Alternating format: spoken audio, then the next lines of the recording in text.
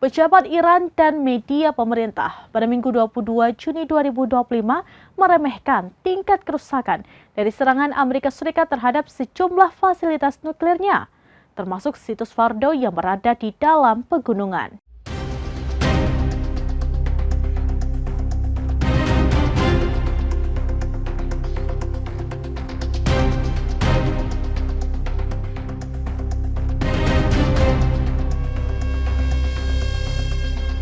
Sikap tersebut sangat kontras dengan pernyataan Presiden Amerika Serikat Donald Trump yang sebelumnya mengklaim bahwa serangan itu melenyapkan situs nuklir Fordow. Anggota parlemen Iran, Manan Raisi, mengatakan bahwa dampak serangan Amerika Serikat terbilang ringan dan tidak menyebabkan kerusakan besar.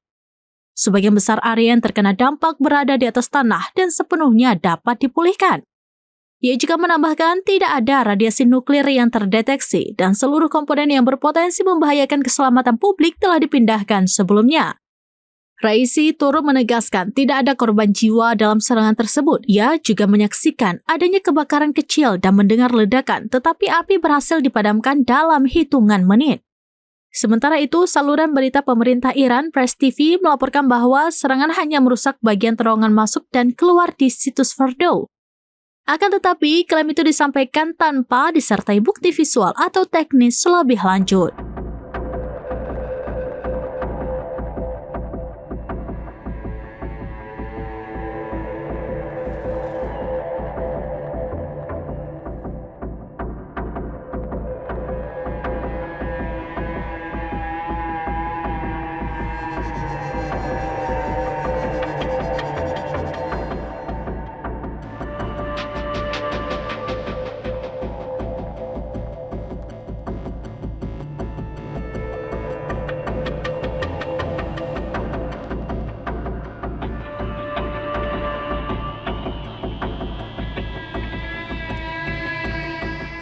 Demikian informasi terkini Syedara Lun, saksikan terus beragam informasi lainnya. Jangan lupa like dan share seluruh akun serambinews.com.